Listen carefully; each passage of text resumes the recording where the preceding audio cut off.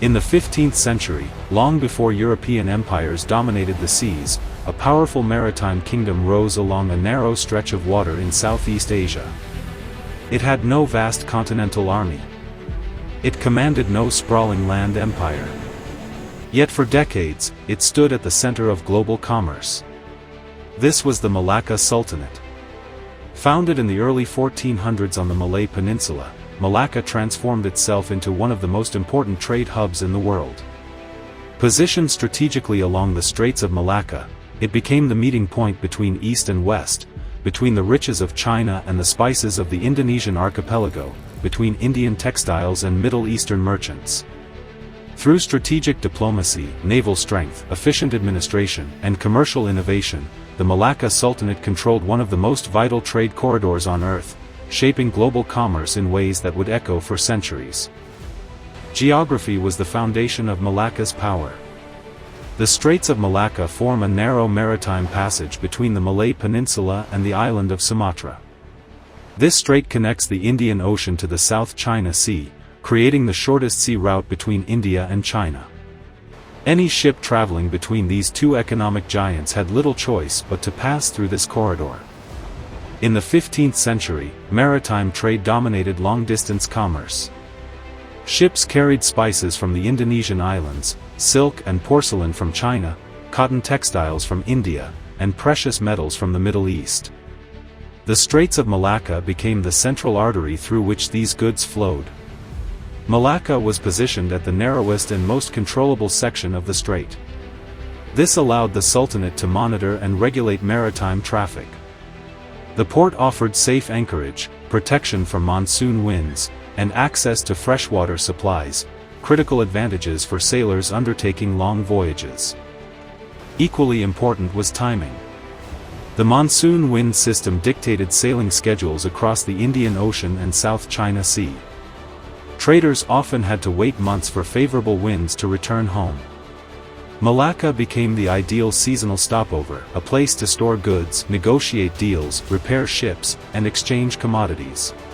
In essence, Malacca was not merely located along a trade route, it was the trade route. In the 15th century, spices were among the most valuable commodities in the world. Cloves, nutmeg, mace, and pepper were not merely flavorings, they were preservatives, medicines, and luxury goods. In Europe and the Middle East, spices could command prices many times their original cost. Most of these prized spices originated in the Indonesian archipelago, particularly the Moluccas, often referred to as the Spice Islands. But producers rarely dealt directly with distant buyers. Instead, spices moved through a chain of intermediaries, and Malacca became the most important link in that chain. Malacca did not grow cloves or nutmeg itself. Its power lay in control and coordination. Ships from the Spice Islands brought their cargo to Malacca, where merchants from India, China, Arabia, and beyond gathered to purchase them. By serving as the primary redistribution center, Malacca effectively controlled pricing and access. The Sultanate established clear trade regulations.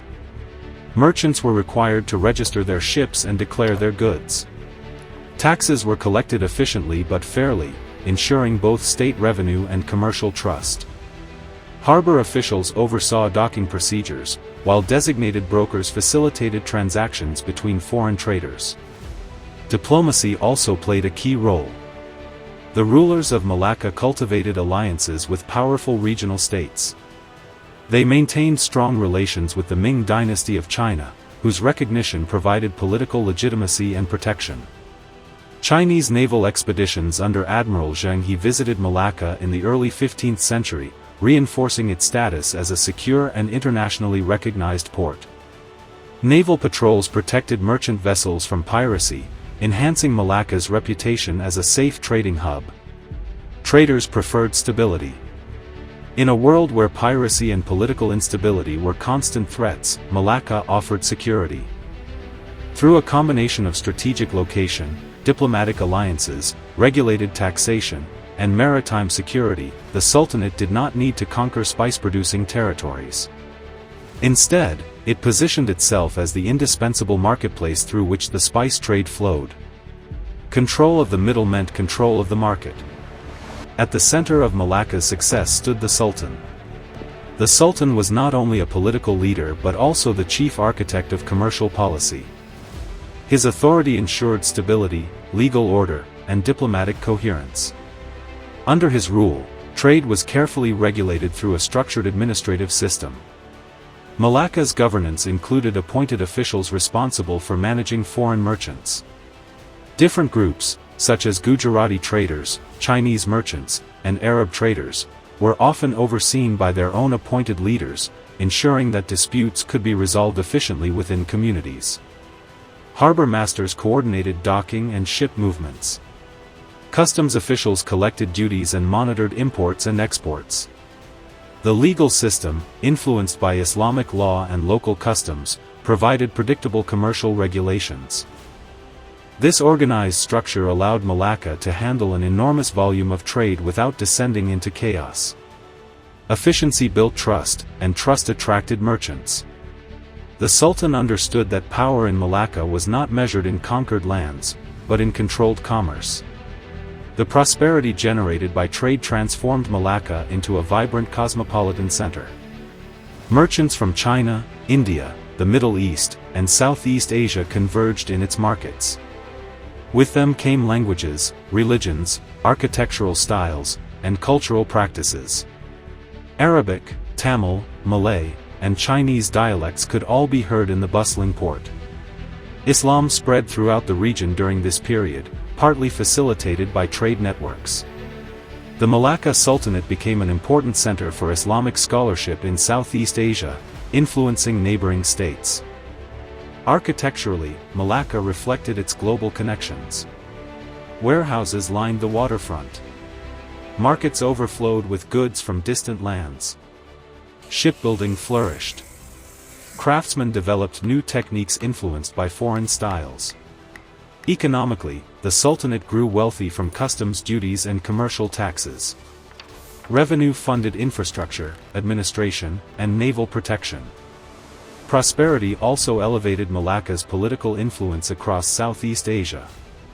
Perhaps most importantly, Malacca helped shape the development of the Malay language as a lingua franca of maritime trade. Merchants needed a common language to negotiate contracts and exchange goods.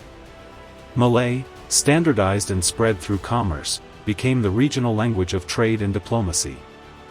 Malacca's dominance did not merely move goods, it connected civilizations. Despite its strength, Malacca's position also made it a target. In the early 16th century, European powers began seeking direct access to the spice trade. The Portuguese, driven by both commercial ambition and religious motives, sought to bypass Muslim intermediaries and control key maritime choke points. In 1511, Portuguese forces under Afonso de Albuquerque launched a military assault on Malacca. Armed with cannons and naval artillery unfamiliar to the region, they captured the city after intense fighting. The fall of Malacca disrupted established trade networks. While commerce did not disappear, it shifted to alternative ports such as Johor and Aceh. The Portuguese fortified Malacca, transforming it into a European stronghold. The conquest marked the beginning of a new era, one in which European naval powers increasingly dominated global maritime trade. Malacca's era as an independent trade empire had ended. The Malacca Sultanate demonstrates that power does not always depend on territorial conquest. In the 15th century, it controlled global trade not through vast armies, but through geography, diplomacy, administration, and maritime security. By mastering the Straits of Malacca, it positioned itself at the crossroads of civilizations. By regulating the spice trade, it shaped markets stretching from China to the Mediterranean. By fostering cultural exchange, it transformed Southeast Asia into a dynamic hub of global interaction. Its fall to the Portuguese did not erase its legacy.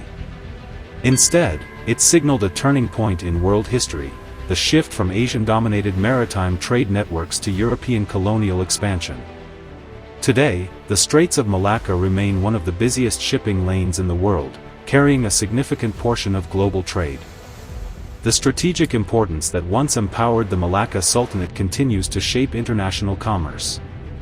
The story of Malacca is a reminder that the control of trade routes can shape the destiny of nations, and that sometimes, the most powerful empires are built not on land, but on water.